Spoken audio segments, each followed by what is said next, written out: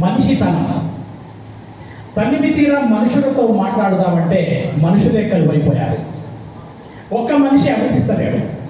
మనిషితో కప్పుకున్న మనుషుల లెక్క నటిస్తున్నారే తప్ప ఏ మనిషి జీవిస్తలేడు. అందరూ కూడా ఏదో ఒక దేవునికి భక్తులుగా, ఏదో ఒక మతానికి మంత్రగాళ్ళుగా, ఏదో కులానికి కుతంత్రగాళ్ళుగా, ఏదో నాయకుడికి ఎజెండాలుగా బతికేడుస్తున్నారే తప్ప ఏ మనిషి ఆలోచిస్తలేడు. అందరూ కూడా ఏదో స్వార్థానికి స్నేహితులుగా, ఏదో లాభానికి ఆప్తులుగా, ఏదో అవసరానికి ఆత్మీయులుగా, ఏదో గొప్పతనానికి బంధువులుగా ముచ్చట్లాడుతున్నారే తప్ప ఏ మనిషి ప్రేమించడం లేదు. అయ్యో ఖుషీగా మాట్లాడుదామంటే అయ్యో మనుషులే కలిసైపోయారు. నోళ్ళన్నీ కరెన్సీ నోట్లైపోయాయి. మెదళ్ళన్నీ జీపేలు ఫోన్పేలు అయ్యాయి.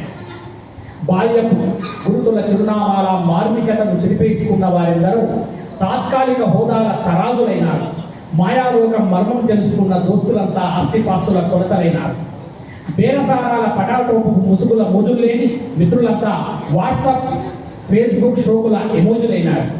వారు వీరు అందరూ కూడా లిప్స్టిక్ నవ్వులు అంటించుకుంటున్నారే తప్ప మనోల్లాసమైన మనుషులుగా, నిండుగా, నికాల్సుగా మనుషుల్లా నవ్వలేకపోతున్నారు, నిలవలేకపోతున్నారు.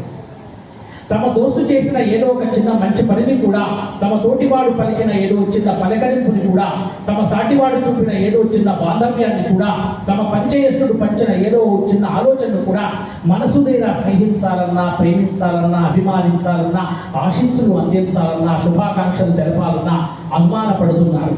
లాభ నష్టాల లెక్కలు వేసుకుంటున్నారు.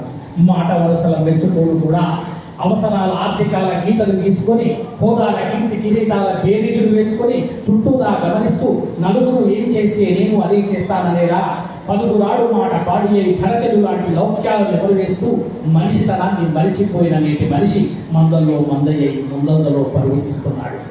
హృదయాలను కాగితం పూల తోటలుగా పెంచుకొని, మనసులను ఆడంబారాల కోటలుగా పేర్చుకొని, జీవితాలను అభిదార్చకు వస్త్రాలుగా కట్టుకొని, మరీ అభినందించేలా, మరీ కరదాగించేలా, మరీ తుర్పారించేలా మనిషి అదో మాయలా దొరికిపోతున్నాడు. మనిషి ఈ గోల కొవ్వుతో పేరుకుపోయాడు. అమృతాల తన మనసుతనాన్ని పోగొట్టుకుంటున్నాడు. తనకు తానే తెలియని విషాలను రంగరించుకున్నాడు. ఏ మనిషి ఉండడం అసాధ్యమని ఒప్పుకుంటున్నాడు. ఏ మనిషి నిలబడడం అనవసరమని తప్పుకుంటున్నాడు. మనుషులే కలుగుతున్న కాలంలో ఎప్పటికప్పుడు నన్ను నేనే ఓ మనిషిగా శిల్పించుకుంటున్నాను.